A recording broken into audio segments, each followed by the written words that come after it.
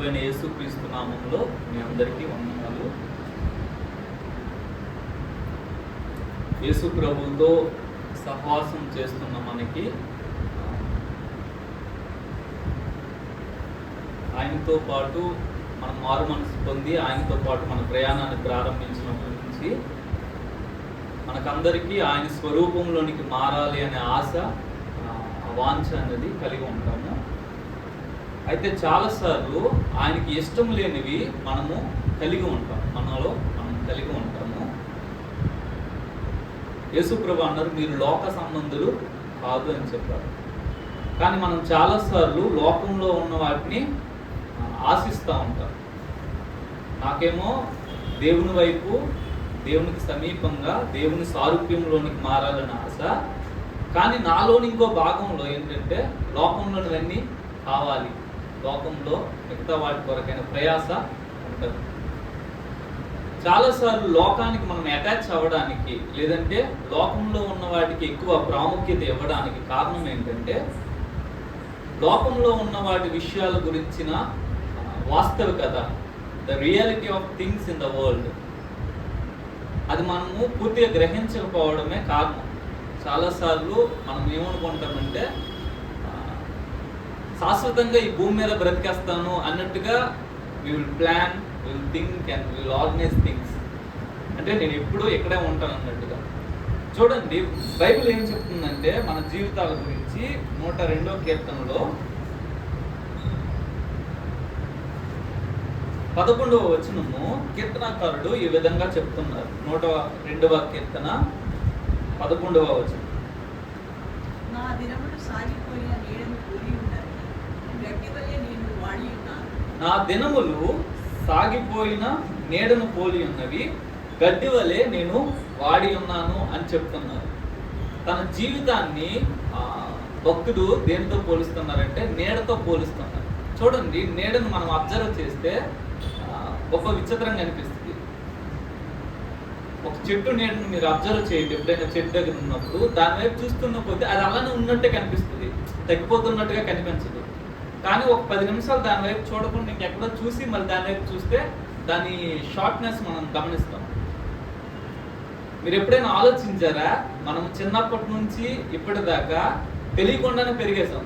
అంటే నేను పెరుగుతున్నాను అనే అనుభూతి మనకు కలగకుండానే రోజు ఉన్నట్టుగా ఉంటున్నాము, రోజు తిన్నట్టుగా తింటున్నాము, రోజులాగా బట్టలు వేసుకుంటున్నాము, రోజులాగా మన పనులన్నీ చేసుకుంటున్నాము. కానీ సడన్గా చూస్తే నాకు 20 సంవత్సరాలు అయిపోయి, నాకు 60 సంవత్సరాలు అయిపోయి, నాకు పిల్లలు పుట్టేశారు, నాకు పెళ్ళిళ్ళు అయిపోయింది. చాలా విచిత్రంగా అనిపిస్తుంది. కానీ మనం దానికి మన యొక్క స్పృహను ఇవ్వట్లేదు, లేదంటే మన యొక్క దృష్టి దాని మీద పెట్టట్లేదు. కాబట్టి మనకేంటంటే తెలియట్లేదు. అయితే ఒకసారి మనము ప్రతిసారి కూడా మన జీవితాన్ని మనము పరిశీలన చేసుకోవాలి. పరిశీలన అంటే మన కను దృష్టి మన జీవితం మీద ఉంచాలి. ఏమనంటే నేను ఒక 20 సంవత్సరాల నుంచి ఐఎమ్ 2 డిఫరెంట్ పర్సన్. నా జీవితంలో 10 సంవత్సరాలు ఒక విధంగా నేను ఉన్నాను, 10 నుంచి 20 సంవత్సరాల దాకా ఒక విధంగా ఉన్నాను, 20 నుంచి 30 సంవత్సరాల దాకా నేను మారిపోతూ ఉంటున్నాను. ఈ విషయాన్ని మనం గమనిస్తే నా జీవితము చాలా చిన్నది, కొద్ది కాలంలో I'm going to end my life. నేను నా జీవితానికి, నా పరుగుకి నేను ముగింపు పలకబోతున్నాను. ఈ విషయము మనకి మన స్పృహలో, లేదంటే మన యొక్క మనస్సాక్షిలో ముద్రించబడినప్పుడు, మన మైండ్లో ముద్రించబడినప్పుడు మనం జీవించే జీవితం అనేది 2 డిఫరెంట్గా ఉంటుంది. ఈ లోకంలో ఉన్న వాటిని అన్ని వెనకేసుకొని ఉండడానికి కారణం ఏంటంటే లోకంతో మనం పూర్తిగా అటాచ్ అయిపోయి ఉన్నాం. మన జీవితం ఏదో శాశ్వతం అనుకున్నట్టుగా మనము ప్రవర్తిస్తూ ఉన్నాము, కానీ అది వాస్తవం కాదు. నా జీవితంలో ఇప్పటికి 25-26 ఇయర్స్ అయిపోయి, ఇంకున్న కాలం కూడా ఇది ఎలా గడిచిందో అది కూడా అలానే గడిచిపోతుంది. మన జీవితాలని గడ్డితో దేవుడు ఎట్లా పోలుస్తాడంటే గడ్డితో పోలుస్తారు. ఆ గడ్డి ఈరోజు ఉదయం మొలకెత్తుతుందంట, సాయంత్రానికి వాడిపోతుంది, రేపు పోయిబడి పొయ్యిలోనికి వెళ్ళిపోతుంది. మీ జీవితాలు అలా ఉన్నాయమ్మ. మోషే అంటారు, మా దినాలని నువ్వెంత కొద్దిగా చేసావు, మా నీడ ఎట్లయితే గతించిపోతుందో మా జీవితాలు అలా ఉన్నాయమ్మ. కాబట్టి how short is my life, నా జీవితము ఎంత చిన్నది అన్నది మనకి స్పృహ కలిగి ఉంటే మనం చేసే థింగ్స్ డిఫరెంట్గా ఉంటాయి. మనం ప్రవర్తించే ప్రవర్తన డిఫరెంట్గా ఉంటుంది. సిటీ స్టడ్ అనే దైవజనుడు మిషనరీ ఇలా చెప్తారు, చిన్న జీవితము అది త్వరగా గతించును, క్రీస్తు కొరకు చేసింది మాత్రమే నిత్యము నిలిచింది. సిటీ స్టడ్ మంచి క్రికెటరు, ఆ కెరీర్ అంతటిని వదిలేసి ఆఫ్రికా ఖండానికి మిషనరీగా వెళ్ళిపోయారు. మనం ఆయన అడిగితే, బాబు ఇంత మంచి పొజిషన్ వదులుకొని మీరు ఇలా వెళ్ళిపోవడానికి కారణం ఏంటి అని అడిగితే ఆయన చెప్పేది, నా జీవితము చాలా చిన్నది, ఇది త్వరగా అయిపోతుంది, ఈ అయిపోయే జీవితంలో నేను శాశ్వతమైనది ఏదైనా చేయాలనుకుంటున్నాను, యేసు ప్రభు కొరకు చేసింది మాత్రమే నిత్యము నిలుస్తుంది, అందుకని నా చిన్న జీవితాన్ని దేవుని కోసం ఇస్తున్నాను అని ఆ దైవజనుడు చెప్తారు. కాబట్టి ఏంటంటే మన జీవితపు దినాల యొక్క పరిమాణాన్ని మనం లెక్కించడం నేర్చుకున్నప్పుడు మనం జీవించే జీవితం యొక్క క్వాలిటీ అనేది డెఫినెట్లీ విల్ చేంజ్. చాలాసార్లు ఏంటంటే మనం దీన్ని పట్టించుకోం కాబట్టి మనం బ్రతుకు యొక్క విలువ నాణ్యత లేనిదిగా ఉంటుంది.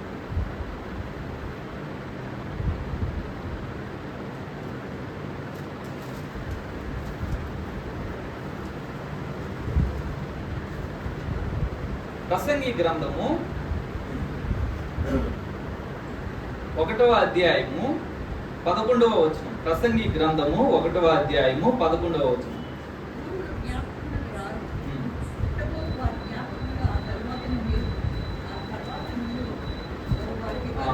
పూర్వుల పూర్వులు జ్ఞాపకమునకు రారు, పుట్టబోవు వారి జ్ఞాపకము ఆ తరువాత ఉండబోవు వారికి కలగదు. మన ముత్తాత పేరు ఎంతమందికి తెలుసు? నాకు తెలియదు. మా తాత వాళ్ళ తాత పేరు, మా తాత వాళ్ళ నాన్న పేరు నాకు తెలియదు. కానీ ఆయన లేకపోతే నేను ఈరోజు ఉండేవాడిని కాదు. నాకు తర్వాత 2-3 తరాలు స్టీఫెన్ ఎవరంటే వాళ్ళకి తెలియదు, కానీ స్టీఫెన్ లేకపోతే వాళ్ళు లేదు. చూడండి, మనిషి జీవితము అంటే ఎంత చిన్నగా, లేదంటే దేవుడు ఎంత హిడెన్ చేశారంటే, ఒకసారి మనిషి మరణించాక ఆయన జ్ఞాపకాలు తుడిచివేయబడతాయి. భూమి మీద ఆయన జ్ఞాపకాలు ఏమీ ఉండవు. భూమిని వచ్చి పలానా వ్యక్తి నీకు తెలుసా అని అడిగితే భూమి అంటది, I don't know who is that person. తను 50-60 సంవత్సరాలు ఈ భూమి మీద బ్రతికారు, ఆ ఇంట్లో ఉన్నారు, అన్ని చేసుకున్నారు, చాలా ఆనందాలు అనుభవించాడు. కానీ ఆ వ్యక్తి వెళ్ళిపోయిన తర్వాత ఆ ఇల్లు అమ్మబడుద్ది, వేరే వాళ్ళు కట్టుకుంటారు, వేరే కుటుంబం ఉంటుంది. అక్కడ వచ్చి మనము, బాబు మీకు పలానా వ్యక్తి తెలుసా అని అంటే, you don't know that person. నేను చెన్నైలో ఉన్నప్పుడు పక్కిల్లు అంకుల్ కోవిడ్ వచ్చి ఆయన చనిపోయి ఒక 2-3 మంత్స్లోనే ఇల్లు అమ్మేశారు, కొడుకులు వచ్చి వాటర్ వేసుకున్నారు, కొత్త బిల్డింగ్స్ కట్టేశారు. ఇంకో 6 మంత్స్లో కొత్త వాళ్ళు ఉంటున్నారు. దే డోంట్ నో ఎవరు ఇంతకు ముందు ఇక్కడ ఉన్నారనే విషయము తెలియదు.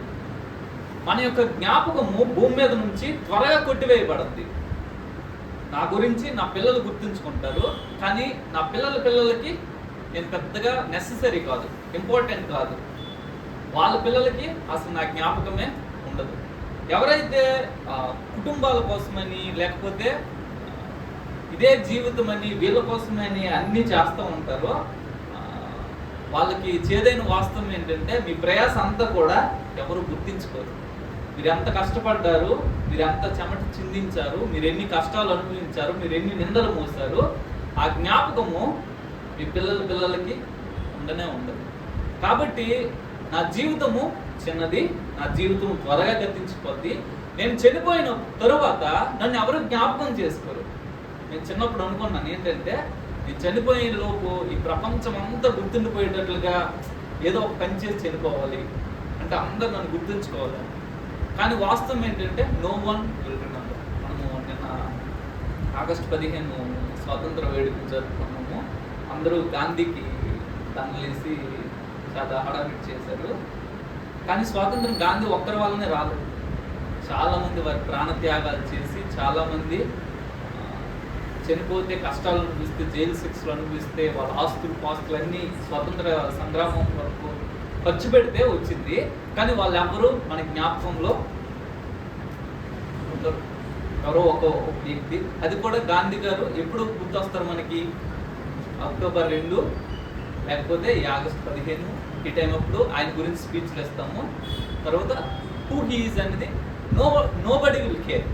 వారి జ్ఞాపకము కాలంలో కలిసిపోతుంది. అందుకనే కాల గర్భము అని అంటారు. భూమికి ఎలా అయితే గర్భం ఉంటుందో కాలం కూడా ఒక గర్భాన్ని కలిగి ఉంటుందంట. కాలం గడిచే కొద్దీ ఏంటంటే ఈ మనుషుల యొక్క జ్ఞాపకాలన్నీ కూడా అందులోనికి వెళ్ళిపోతాయి.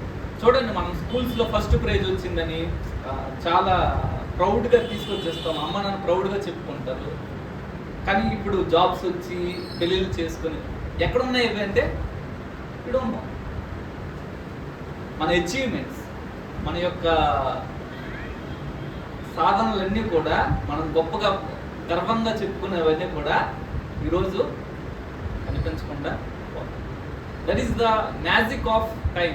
ఈ కాలం యొక్క గొప్పతనం అది. అందుకనే ఈ టెంపరీ థింగ్స్ కొరకు మనము ప్రయాసపడకుండా మన జీవితాలను వ్యర్థపరుచుకోకుండా మనం ఉండాలి. మన జీవితము చాలా చిన్నది, త్వరగా గతించిపోద్ది. వాట్ ఎవర్ యూ అచీవ్, నువ్వు ఎంత సాధించినా ఎంత సంపాదించినా ఎన్ని పేరు ప్రఖ్యాతులు కాంచినా సరే అవన్నీ ఒకే ఒక జనరేషన్లో ఉంటాయి. ఆ తరువాత జనరేషన్కి దాని విలువ తెలియదు. చాలామంది అందం గురించి, ఈ వరల్డ్ అందంగా ఉండే వాళ్ళ గురించి చాలా క్లాప్స్ కొట్టి పాపులర్గా చెప్తారు. బ్యూటీ కాంటెస్ట్లు పెడతారు, విశ్వ సుందరి అని, తర్వాత ఇవేవేను పెడతారు. కానీ దేవుడు అంటున్నారు యెషయా గ్రంథం 40వ అధ్యాయంలో, యెషయా గ్రంథము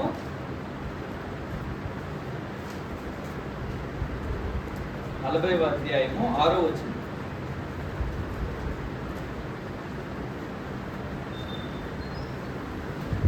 ఆలకించుడి, ప్రకటించమని ఒకడు ఆజ్ఞ ఇచ్చుచున్నాడు, నేనేమి ప్రకటించనని మరి ఒకడు అడుగుచున్నాడు. సర్వ శరీరులు గడ్డి అయి ఉన్నారు, వారి అందమంతియు అడవి పువ్వు వలె ఉన్నది. అందాన్ని దేవుడు దేనితో పోలుస్తున్నారంటే అడవి పువ్వుతో పోలుస్తున్నారు. రీసెంట్గా నేను వాట్సాప్లో ఒక విషయాన్ని చదివాను. ఏంటంటే, నువ్వెవరు అనేది నీకు ఎప్పటికీ తెలియదు అంట. అంటే నేను ఎలా ఉంటానో నేను ఎప్పటికీ నన్ను నేను చూసుకోలేదు. అదేంటి ఫోటోలో చూస్తున్నాక అది నువ్వు కాదంట. కారణం ఏంటంటే అద్దాలు కానీ కెమెరాలు కానీ అవన్నీ డిఫెక్ట్ కలిగినవి. ఎగ్జాక్ట్గా నువ్వు ఎలా ఉంటావో అది ఫోటో తీయలేవు. చూడండి, కెమెరాని ఇలా తీస్తే ఒకలా వస్తుంది, ఈ వైపు నుండి తీస్తే ఒకలా వస్తుంది, ఈ వైపు నుండి తీస్తే ఒకలా. మరి నేను ఎవరు? ఈ వైపు నుండి చూసి ఇదే స్టీఫెన్ అని నేను అనుకుంటాను, ఈ వైపు నుండి చూసి ఇదే స్టీఫెన్ అని నేను అనుకుంటాను. కానీ నేను ఎవరు? అద్దంలో చూస్తాను, ఎలా చూస్తున్నాను నాకు ఒకలా కనిపిస్తుంది, కానీ అది నా ఒరిజినల్ ఇమేజ్ రిఫ్లెక్షన్ కానే కాదు. నేను ఎవరో నేను ఎప్పటికీ తెలియదు. Who I am and how I looks. నేను ఎలా ఉంటాను, నేను ఎలా కనబడతాను అన్నది నాకు ఎప్పటికీ తెలియదు. అందుకని నా అందం గురించి నేను ఎప్పుడు వరి అవ్వకూడదు. చాలామంది ప్లాస్టిక్ సర్జరీస్ అనేసి వాళ్ళ ముక్కులు మార్చుకోవడం, లేదంటే ముఖాలు మార్చుకోవడం, ఇంకేవో పెట్టుకోవడం, చాలా విగ్స్ పెట్టుకోవడం, ఇవన్నీ చేస్తారు. ఎందుకంటే మేము అట్రాక్టివ్గా చాలా అందంగా కనిపించాలని. కానీ నువ్వెప్పుడు నిన్ను నువ్వు చూసుకోలేవు. అది ఈ యొక్క దౌర్భాగ్యత. అయితే దేవుడు అంటున్నారు, నరుని అందం అంట గడ్డి పువ్వులాగా ఉంటుంది, అది వాడిపోద్ది. చూడండి, టీనేజ్ వరకు కూడా పిల్లలు ఎంత అందంగా ఉంటారంటే వెరీ బ్యూటిఫుల్, చాలా ముద్దుగా ఉంటారు. ఎప్పుడైతే అడగకుడిలోనికి అడుగు పెడతారో ముఖం మీద మొటిములు వస్తాయి, వాళ్ళ బాడీ షేప్స్ మారిపోతాయి, కొంత లావ్ అయిపోతారు, చాలా డిఫరెంట్గా ఉంటారు. పెళ్ళిళ్ళు అయ్యాక పాపం ఆడవాళ్ళ సౌందర్యం అయితే పిల్లలు పుట్టాక చాలా వరకు కోల్పోతారు. బ్యాచులర్స్ కూడా బ్యాచులర్ అప్పుడు ఒకలా ఉంటారు, వాళ్ళకి వివాహాలు అయిన తర్వాత ఇంకొకలా ఉంటారు. సో మన యొక్క బ్యూటీ అన్నది మారిపోతా ఉంటుంది. వీటి కొరకు మనము ప్రయాసపడకూడదు. ఈ అందాన్ని కాపాడుకోవడం కోసం మనం చాలా ఎక్కువ కష్టపడకూడదు. చాలా వరల్డ్లో చాలా బిజినెస్ దేని మీద జరుగుతుందంటే బ్యూటీ మీద జరుగుతుంది. బ్యూటీ కాస్ట్యూమ్స్, మేకప్లు, వీటన్నిటి మీద జరుగుతుంది. అందుకని ఈ ట్రాప్లో మనం పడకూడదు. నేనేంటి దేవునికి సమీపంగా వెళ్ళాలనుకుంటున్నాను, అరే అందం లేదని ఒకవైపు చింతిస్తుంది. ఇట్లా మనము ఉండనే ఉండకూడదు. అందము మోసకరం అని బైబిల్ అంటుంది, కానీ అదే బైబిల్ అంటుంది రిబ్కా సౌందర్యవతి, సారా సౌందర్యవతి, చక్కనిది అని. రాహేలు చాలా చక్కగా ఉంటారు. సో అంటే బ్యూటీ ఈజ్ నాట్ రాంగ్, అందము తప్పు కానే కాదు, కానీ అందులో డిసెప్షన్ ఉంది. బహుశా నేను అందమైన అమ్మాయిని చూసినప్పుడు ఇలా అనుకుంటాను, ఏంటంటే వీరి యొక్క అందాన్ని మాత్రమే నేను చూస్తున్నాను, కానీ వాళ్ళతో నేను మాట్లాడలేదు కాబట్టి హూ దే ఆర్ అనేది నాకు తెలియదు. ఒకసారి మాట్లాడాక కొందరు గొంతు వాళ్ళ బ్యూటీకి సెట్ కాదు, చూడడానికి చాలా బ్యూటిఫుల్గా ఉంటారు, మాట్లాడినప్పుడేమో మోటు మాటలు లేదంటే ఆ అందానికి సరిపోయిన మాటలు కనిపించవు, అప్పుడు మనకి సెట్ కాదు. కాబట్టి ఏంటంటే ఈ బ్యూటీ అన్నది డిసెప్టివ్, చాలా మోసకరమైనది. ఎవరైనా పెళ్లి ఫోటోలు కానీ ఆ ఫోటో చూసి పెళ్లి చేసుకున్నారంటే అవుట్, ఇంకా వాళ్ళ జీవితంలో సమాధానం ఉండదు. ఎందుకంటే మేకప్స్ ఇవన్నీ వేసి ఫోటో తీస్తారు కదా, మనకు వచ్చే వ్యక్తి అంటే ఉదయం మేకప్ లేకుండా చూడాలి, కాబట్టి వెరీ హార్డ్. అందుకనే ఒకవేళ నేను పెళ్లి చేసుకోను, ఒకవేళ చేసుకుంటే ఎవరు నేను ఫోటో అయితే చూడకూడదు, దైవజనులు ఏది చెప్తే వాళ్ళు నేను పెళ్లి చేసుకోవాలన్నది ఆశ. సో ఏంటంటే ఈ డిసెప్టివ్నెస్లో మనము పడకూడదు. తర్వాత ఇంకొక విషయము, మత్తయి సువార్త 4వ అధ్యాయము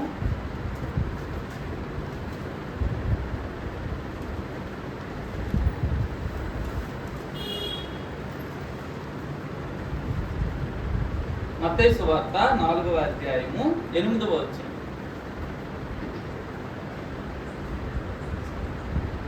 మరలా అపవాది మిగుల ఎత్తైన ఒక కొండ మీదకి ఆయనను తోడుకొని పోయి ఈ లోక రాజ్యములన్నింటినీ వాటి మహిమను ఆయనకు చూపి, నీవు సాగిలపడి నాకు నమస్కారము చేసిన యెడల వీటన్నిటినీ నీకు ఇచ్చేదనని ఆయనతో చెప్పగా,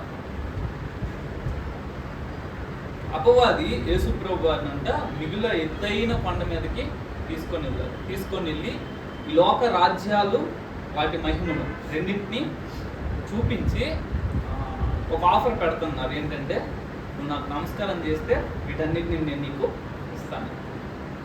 కానీ వాస్తవం ఏంటంటే దేవుడు అంటారు, యేసుప్రభు వారు అంటారు, తండ్రి నువ్వు నాకు ఏ మహిమని ఇచ్చావో ఆ మహిమను నేను నా శిష్యులకి నేను ఇస్తున్నాను, ఇదిగో వీరికి ఇస్తున్నాను, నా నామాన్ని వీరికి ఇస్తున్నానని. దేవుని కుమారుడు దేవుడు తన సొంత మహిమను మానవులకి ఇస్తున్నాడు, ఆఫర్ చేస్తున్నాడు ఉచితంగా. నువ్వు నాకు దండం పెట్టు, నువ్వు నాకు సేవ చేయ, అప్పుడు నేను నీకు ఇస్తానని అన్నట్లేదు. ఉచితంగా దేవుడు తన మహిమను ఇస్తున్నాడు. ఇక్కడ అపవాది ఏమంటున్నారంటే నేను లోకము దాని మహిమను ఇస్తాను, కానీ అపవాది నా మహిమను ఇస్తాను అనట్లేదు. అది ఎంత దుర్మార్గుడు, ఎంత దుష్టుడు అంటే తనది ఏది నేను నా మహిమను నీకు ఇస్తానని అనట్లేదు. ఏమంటున్నాడంటే ఈ లోకం యొక్క మహిమ, లోకం యొక్క రాజ్యాన్ని నేను నీకు ఇస్తాను అని.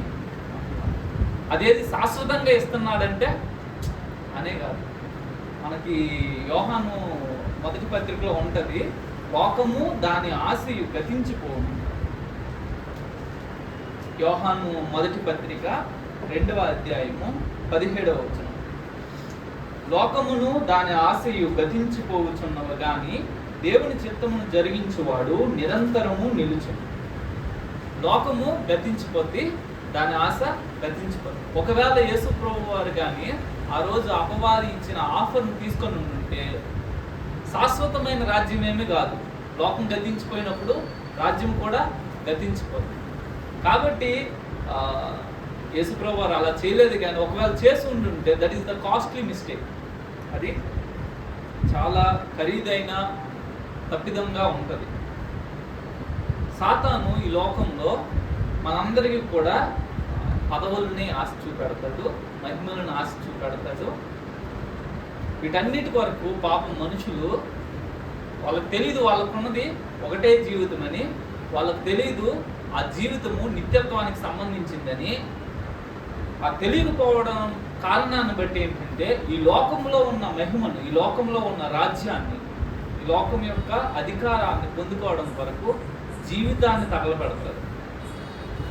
చూడండి, అధికారం ఉంటే మనుషులు మనల్ని ఎలా చూస్తారు, అధికారం లేకపోతే ఎలా చూస్తారు అనడానికి డీజీపీ అనగానే డీజీపీ గారు, ఆ ముందు ఆర్టీడీ అని ఉందంటే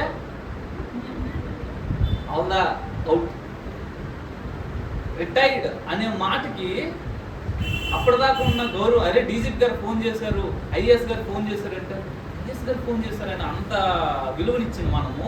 రిటైర్డ్ అనే ఆ పదాన్ని చూడగానే లోకము మనకిచ్చే గౌరవాలు, లోకము మనకిచ్చే అధికారము అంత కల్పితం. So called power. చాలామంది డబ్బుల కోసం ఐఏఎస్ అవ్వరు. వాళ్ళు ఏంటంటే ఐఏఎస్ అనిపించుకోవడం కోసం ఐఏఎస్ అవుతారు.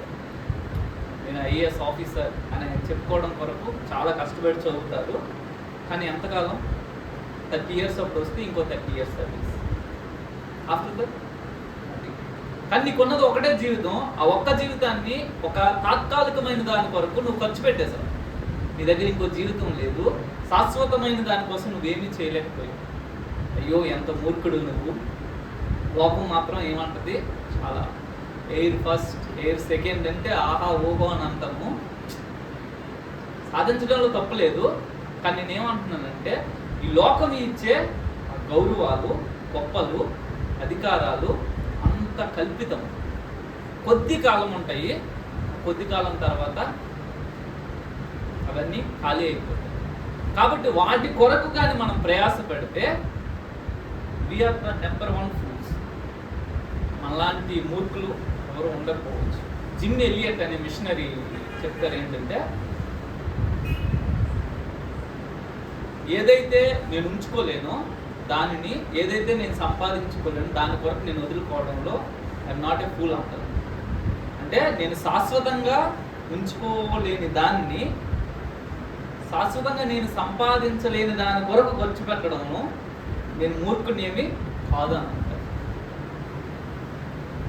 ఈ లోకంలో ఉన్న తన జీవితాన్ని శాశ్వతంగా ఉంచుకోలేదు, దానిని శాశ్వతమైన దాన్ని సంపాదించుకోవడం కొరకు ఖర్చు పెడతాను. లోకం ఏమంటుందంటే నువ్వెంత ఫూల్వి అంటుంది, నువ్వెంత మూర్ఖుడివి అని అంటుంది.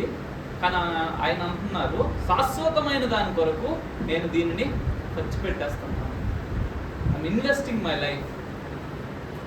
ఈ లోకం మనల్ని మూర్ఖులు అనొచ్చు, ఈ లోకం మనల్ని తెలివి తక్కువ వాళ్ళు అనొచ్చు. ఈ క్రైస్తవులకి పరలోకం అనుకొని ఈ భూమి మీద అనుభవించట్లేదు, వీళ్ళకేమీ తెలియదు, రేపు పరలోకం ఉందో లేదో, ఒకవేళ లేకపోతే వీళ్ళు అంతా కోల్పోతారు అని లోకం అంటుంది.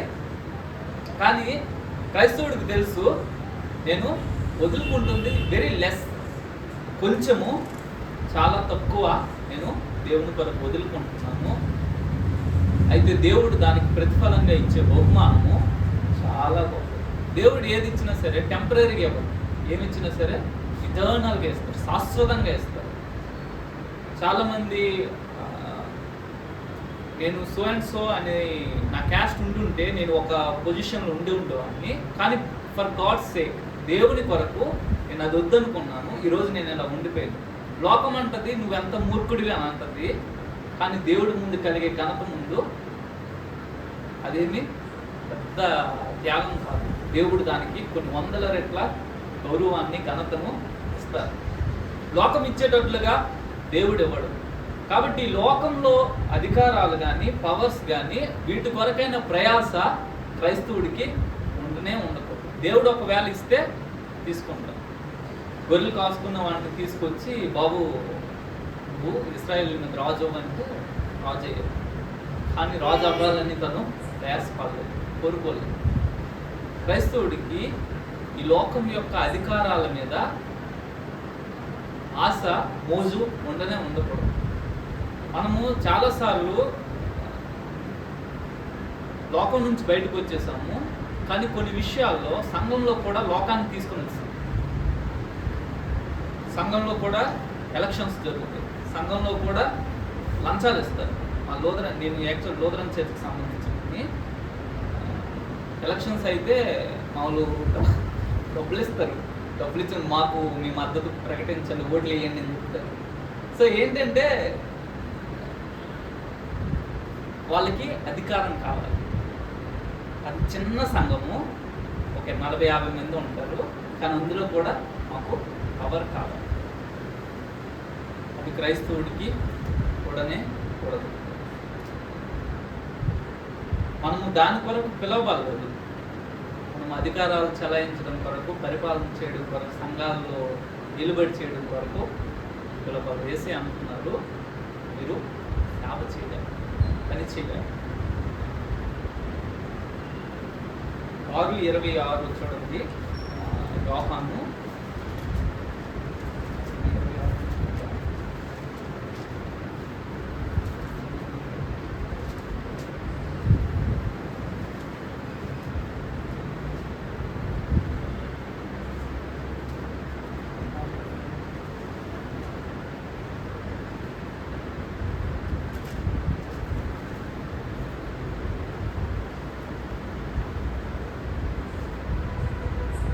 అంటే యేసు ప్రభువారు అంటారు, ఎవరైనా మీరు ప్రముఖంగా ఉండకోరితే వాళ్ళు మీకు దాసుడై ఉండాలి, అధికారి అయి ఉండాలనుకుంటే వాళ్ళు మీకు సేవ చేయాలి. ఏంటి ఇది రిఫరెన్స్ రాంగ్ ఏమో. సో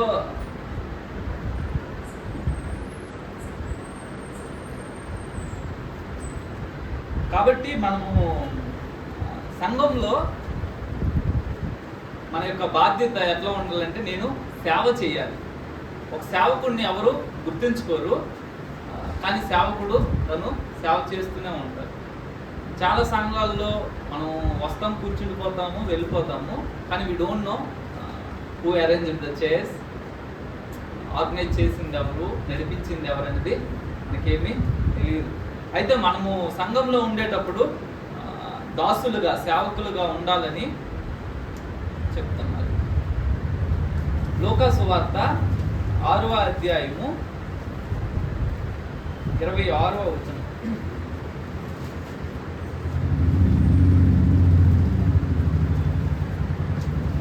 లూకా సువార్త 6వ అధ్యాయము 26వ వచనం. మనుష్యులందరూ మిమ్మును కొనియాడినప్పుడు మీకు శ్రమ, వారి పితరులు అబద్ధ ప్రవక్తలకు అదే విధముగా చేసిరి. మనుష్యులు మిమ్మల్ని కొనియాడినప్పుడు అంట మనకు శ్రమ అని యేసు ప్రభువారు చెప్తున్నారు. అయితే చాలాసార్లు మనం దేనికి ప్రాకులాడతామంటే పొగడ్తలకి ప్రాకులాడతాం. మనల్ని మనము నేను గుర్తింపబడాలి అని కోరుకుంటాము, నేను మెచ్చుకోబడాలి అని కోరుకుంటాం, అప్రిషియేట్ చేయబడాలని కోరుకుంటాం. కానీ వాస్తవం ఏంటంటే లోకమంతా మనకి శ్రమ కలగడానికే మనల్ని ప్రైజ్ చేస్తారు. వాస్తవానికి లోకం మనల్ని ద్వేషించాలి. ఒకవేళ ఎవరైనా మనల్ని ఎక్కువ పొగుడుతున్నారంటే అప్పుడు అనుకోవాలి, తెలుగులో ఒక సామెత ఉంటుంది, అరే ములం చెట్టు ఎక్కించకరాని. ములం చెట్టు ఎక్కితే ఏమవుతుందంటే ఇరిగి పడుతుంది. కాబట్టి ఏంటంటే మనుషులు ఎవరైనా మనల్ని పొగుడుతున్నప్పుడు పొగడ్తల కొరకైనా రాకులాట ఉండకూడదు. ఎవరైనా పొగుడుతున్నప్పుడు దాన్ని రిజెక్ట్ చేయాలి. I'm not worthy of this prize, just what I am, that is because of your grace. ఒకవేళ నాలో ఏమైనా మంచిని చూస్తున్నారా, అది నిన్ను బట్టి, నువ్వు నా మీద పనిచేయడాన్ని బట్టి ఆ మంచి నాలో కనిపిస్తుంది తప్పితే స్వతహాగా నేను మంచివాడిని కానే కాదు. నేను జన్మతః కర్మతః పాపిని, ఏ మంచి నాలో లేదు. కానీ ఈరోజు వీళ్ళు నాలో ఒక మంచిని చూస్తున్నారు, ఆ మంచిని బట్టి నన్ను పొగడుతున్నారు. కాబట్టి this credit belongs to you. ఈ యొక్క ఘనత నీకు మాత్రమే చెందుద్ది అని మనం ఆయనకి ఆరోపించాలి. ఒకవేళ ఆ ప్రైజెస్ని, ఆ యొక్క మెప్పుకోలుని మనం తీసుకున్నప్పుడు, వాళ్ళు కొనియాడుతున్నప్పుడు మనం అంగీకరించినట్లయితే స్లోలీ మనలోనికి ప్రైడ్ వస్తుంది. ఇన్వైట్ చేసినప్పుడు గొప్పగా ఈరోజు ఇన్వైట్ చేశారు, రేపు స్టీఫెన్ చెప్తారని అంటే ముఖం చిన్న పుచ్చుకుపోతుంది. అదేంటి నన్ను గొప్పగా ఒకసారి ఇన్వైట్ చేసి ఇంకోసారి ఇంకో దగ్గర అసలు పట్టించుకోలేదు. అదే ఫస్ట్ నుంచి దాన్ని రిజెక్ట్ చేసాం అనుకో, నాకు 100 బిరుదులు పెట్టిన బ్రదర్ స్టీఫెన్ అన్న ఏమి ఏమంటాము తేడా లేకుండా దానిని స్వీకరించినట్లయితే 100 మందిలో నన్ను ప్రత్యేకించి పిలిచిన, నన్ను గుర్తించకుండా ఒక దగ్గర ఉంచేసిన, విల్ నాట్ వరీ అబౌట్. యేసు ప్రభు వారికి కావాల్సిన వారు ఎలాంటి వారు అని అంటే టు స్టాండ్ బ్యాక్ సైడ్. చాలామంది చాలా ప్రయాసపడతారు, కానీ వాళ్ళ పేర్లు ఎప్పటికీ రావు. బిల్లీ గ్రాహం గారు ప్రపంచాన్ని కదిలించిన దైవజనుడు, కానీ బిల్లీ గ్రాహం గారికి ఒక ప్రేయర్ టీమ్ ఉంది. ఆయన కొరకు 24/7 ప్రేయర్ చేస్తూనే ఉంటారు. ఏ మీటింగ్ కొరకైనా ప్రేయర్ చేస్తారు. వాళ్ళు ఎవరికి తెలియదు, కానీ అందరం బిల్లీ గ్రాహం గారి గురించి చెప్పుకుంటాం. అయితే రహస్యం ముందు చూస్తున్న నీ తండ్రి వాళ్ళను కూడా చూస్తారు. మనం పడే ప్రయాస బహుశా ఈ లోకంలో మిగతా వాళ్ళకి ఎవరికి కనిపించకపోవచ్చు, కానీ మన తండ్రికి కనిపిస్తుంది. బహుశా ప్రసంగికులు పొగడబడినంతగా ప్రార్థనా పరులు పొగడబడరు, కనిపించరు. కానీ రేపు పొద్దున్న ప్రసంగికులకు కాదు బహుమానము, ఎవరికంటే ఎవరు మోకరించి కన్నీరు కార్చారో వాళ్ళకి దేవుడు బహుమానం ఇస్తాడు. కాబట్టి ఈ లోకంలో వచ్చే మెప్పుకోలు బహుశా వీళ్ళకి ఉండదు, కానీ వాళ్ళు అన్యాయము చేయబడరు. మన దేవుడు వాళ్ళని అన్యాయం చేయడు. వాళ్ళు చేసిన ప్రార్థనకు, వాళ్ళు విత్తిన విత్తనాలకి సరిపడిన బహుమానము దేవుడు తిరిగి ఇస్తాడు. కాబట్టి ఈ మనసుతో ఈ లోకం యొక్క పొగట్టలు నాకు శ్రమకు కారణం, కానీ నాకు ఏమాత్రము ప్రయోజనకరము కాదు. అందుకని ఎవరైనా ముఖస్థుతి మనం చేసినప్పుడు ఒకవేళ సాధ్యమైతే వాళ్ళని అక్కడ ఆపి, బాబు నాకు ఇలాంటివేమీ వద్దు అని చెప్పడము మంచిది. ఆదికాండము 11వ అధ్యాయంలో విషయాన్ని చూస్తాం. ఆదికాండము 11వ అధ్యాయము 4వ వచనంలో, మరియు వారు మనము భూమి అందంతను చెదిరిపోకుండా ఒక పట్టణమును ఆకాశమునంటూ శిఖరము గల ఒక గోపురమును కట్టుకొని పేరు సంపాదించుకుందును రండని మాట్లాడుకొనగా. నిమ్రోద్ అండ్ తన బ్యాచ్ వాళ్ళ ఉద్దేశం ఏంటంటే మంచి పేరు సంపాదించుకున్నాం. నాకు ఆ మాటకి అర్థం ఏంటో తెలియదు. అంటే ఉన్న వాళ్ళు వాళ్ళే కదా, ఇంకెక్కడ పేరు సంపాదించుకుందాం అనుకుంటున్నారో ఏమో తెలియదు, కానీ వాళ్ళకి ఆ డిజైర్ ఉంది ఏంటంటే ఒక గొప్ప పేరు కలగాలని. అప్పటి నుంచి ఇప్పటిదాకా చాలా మందికి ఇదే.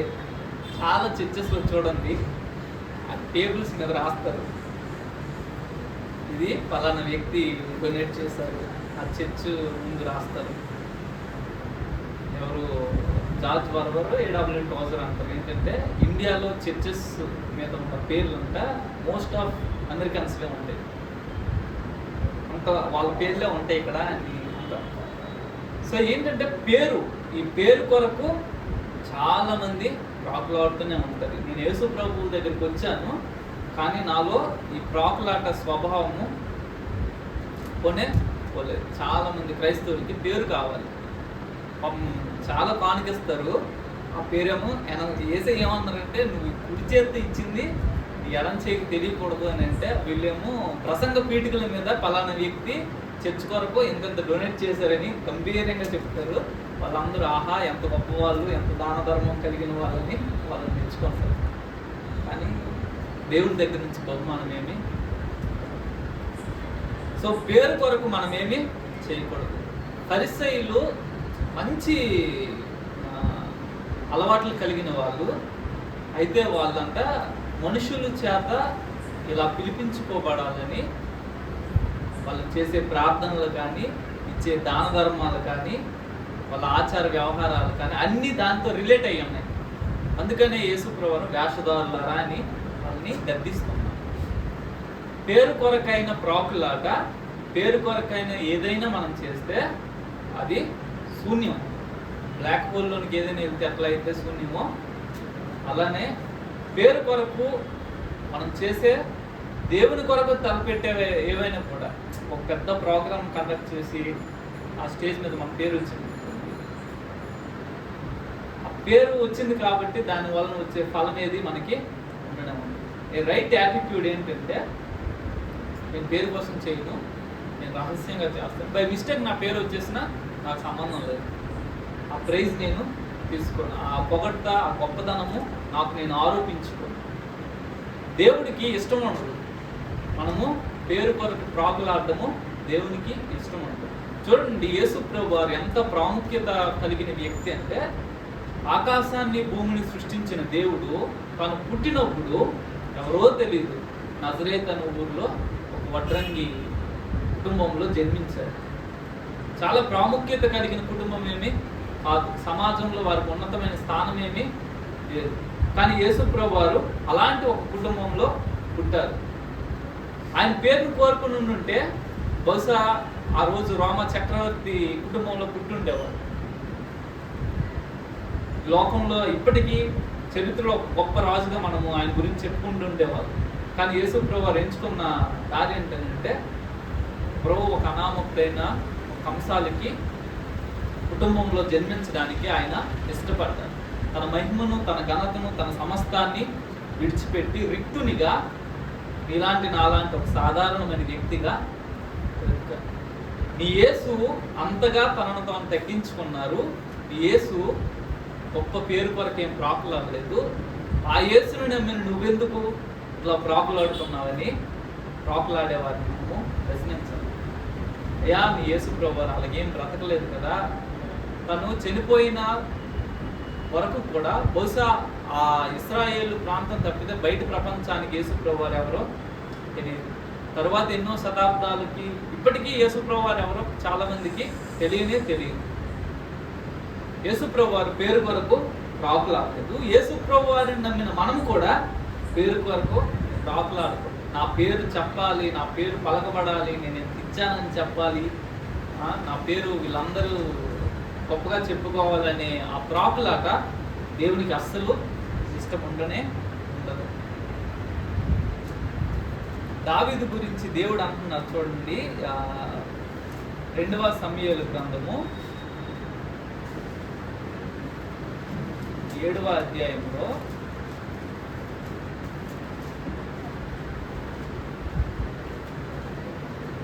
నీవు 9వ వచనం, 2వ సమూయేలు గ్రంథము 7వ అధ్యాయము 9వ వచనం. నీవు పోవు చోట్లను నీకు తోడుగా నుండి శత్రువులందరినీ నీ ఎదురు నిలవకుండా నిర్మూలన చేసి లోకంలోని గనులైన వారికి కలుగు పేరు నీకు కలుగు చేసి ఉన్నాను. పేరు కొరకు మనం ప్రాకులాడడం కాదు, కానీ దేవుడు అనుకుంటే దేవుడు ఇస్తాడు. చూడండి, బిల్లీ గ్రాహం గారి కొరకు, ఏడబ్ల్యూ టోజర్ కొరకు, డిఎల్ మోడీ కొరకు ఈ రోజుకి మనం మాట్లాడుకుంటున్నాం. కారణం ఏంటంటే ఆ పేరు దేవుడు ఇచ్చాడు. కాబట్టి ఒకవేళ దేవుడు మనల్ని ఈ లోకమంతా చెప్పుకునేలా చేయాలంటే అది ఆయన పని, కానీ ఈ లోకమంతా నేను తెలియాలి అనే ప్రాకులాట మంచిది కానే కాదు. చివరిగా ఒక మాట,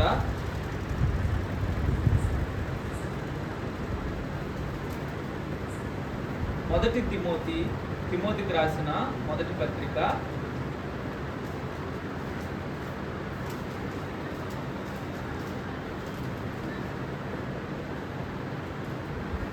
6వ అధ్యాయము 9వ వచనం. తిమోతికి రాసిన మొదటి పత్రిక 6వ అధ్యాయము 9వ వచనం. ధనవంతులొకటకు అపేక్షించువారు శోధనలోను ఉరిలోను అవివేక యుక్తములను హానికరములనైన అనేక దురాశల్లోనూ పడుదురు. అట్టివి మనుష్యులను నష్టములోను నాశనంలోను ముంచివేయి. ఈ లోకంలో ఎవరైనా సరే మీరు ధనవంతులు అవ్వాలి అనే ప్రయాసపడినట్లయితే, బాగా అపేక్షించి అది ఒకటే ధ్యేయంగా బ్రతుకుతున్నట్లయితే వాళ్ళ గురించి బైబిల్ అంటుంది, మీరు శోధనలో పడతారు, గురిలో పడతారు, అవివేక యుక్తములు హానికరములైన అనేక దురాశల్లో పడిపోతారు. ధనమును గురించిన వాస్తవికత మనకు తెలిసినట్లయితే దాని గురించి పెద్దగా మనము వరిగాము ప్రాకులాడము. సంపాదించుకుంటే సంపాదించుకుంటాము, కానీ ధనమును గురించిన ప్రాకులాట మనకి ఉండనే ఉంటుంది.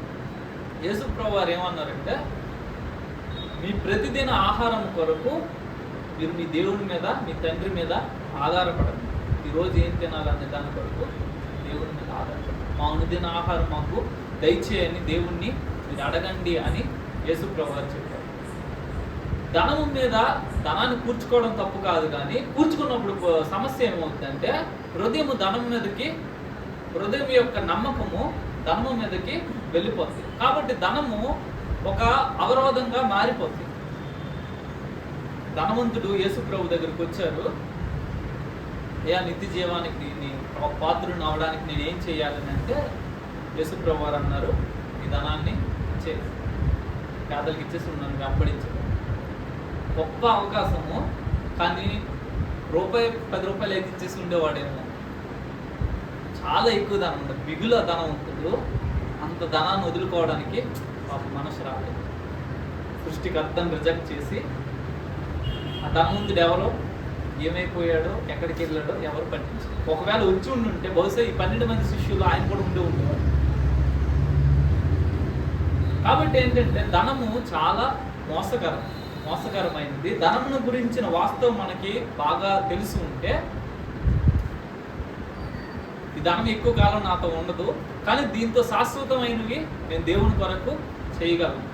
ధనాన్ని నేను దేవుని రాజ్యంలోనికి పట్టుకొని వెళ్ళలేను, కానీ ధనాన్ని దేవుని రాజ్యం కొరకు ఖర్చు పెట్టినప్పుడు నేను అక్కడ ధనాన్ని కూర్చుకోగలను. తీసుకెళ్ళలేను, కానీ ట్రాన్స్ఫర్ చేయగలను. పరలోక రాజ్యానికి దీన్ని ట్రాన్స్ఫర్ చేయగలను. ఈ లోకము మన దగ్గర డబ్బు ఉంటే మనల్ని బాగా గౌరవిస్తుంది, మన దగ్గర అధికారం ఉంటే మనల్ని బాగా గౌరవిస్తుంది, మనల్ని ప్రభావితం చేసే ఇన్ఫ్లుయెన్సింగ్ ఆ పొజిషన్లో ఉంటే మనల్ని గౌరవిస్తుంది. ఇదేమి లేకపోతే మనల్ని గౌరవించదు. కానీ దేవుడు ఇవేవి లేకపోయినప్పటికీ కూడా ఆయన ప్రేమలో, ఆయన కనికరంలో, ఆయన కృపలో ఎటువంటి మార్పు ఉండదు. ₹1,00,00,000 ఉన్నా నా పైన ఏ ప్రేమ చూపెడతాడో, రూపాయి ఉన్న నాపై అదే ప్రేమ చూపెడతాడు. ఈ ₹1,00,00,000 ఉన్నప్పుడు ఎంత కనికరం ఉంటుందో, ఎంత ప్రేమ ఉంటుందో, ఎంత కృప ఉంటుందో, ఏమీ లేనప్పుడు కూడా ఆయన ప్రేమ, ఆయన కృప, ఆయన కనికరం అంతే ఉంటుంది.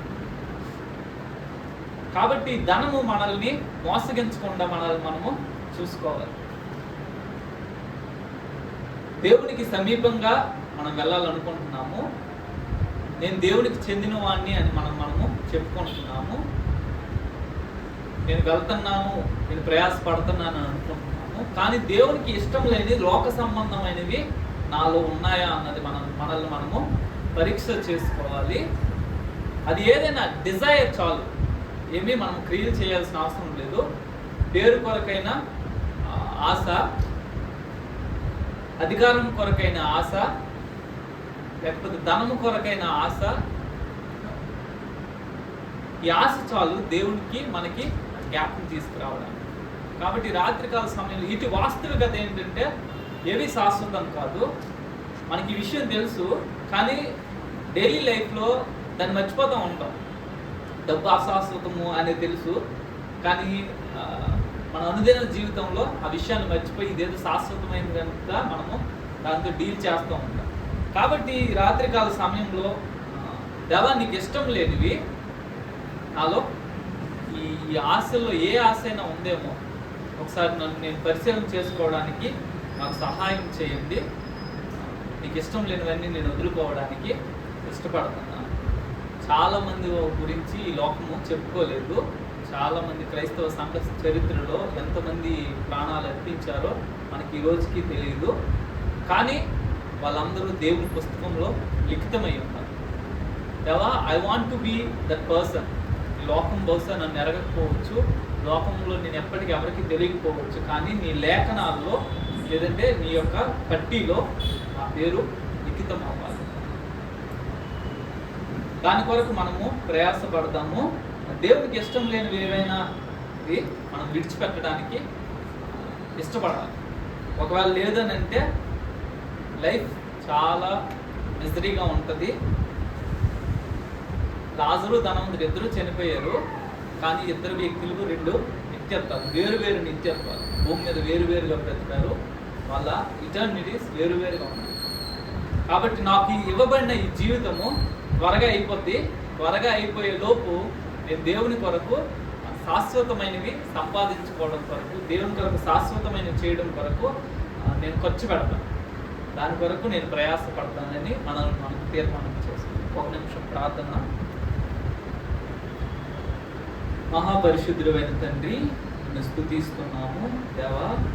నీకు ఇష్టం లేనివి ఏవి కూడా మేము ఆశించుకున్నట్లు మాకు సహాయం దయచేయండి అయ్యా. ఈ లోకం ఇచ్చే మహిమలు, ఈ లోకం ఇచ్చే ఘనతలు, గౌరవాలు దేవ ఎంత మోసకరమైనది మేము అనుక్షణము దేవ మా హృదయాల్లో దేవ అది ముద్రించబడి దేవ వాటిని మననం చేసుకొని ఉండడానికి సహాయం దయచేయండి. వీటిని కూడా ప్రభా మేము వీటి వెనకాతలు పరిగెట్టకుండా మాకు సహాయం దయచేయండి. మీ కృపాహస్తాలకు మమ్మల్ని మేము అప్పగించుకుంటూ యేసు నామమున ప్రార్థన చేస్తున్నాము.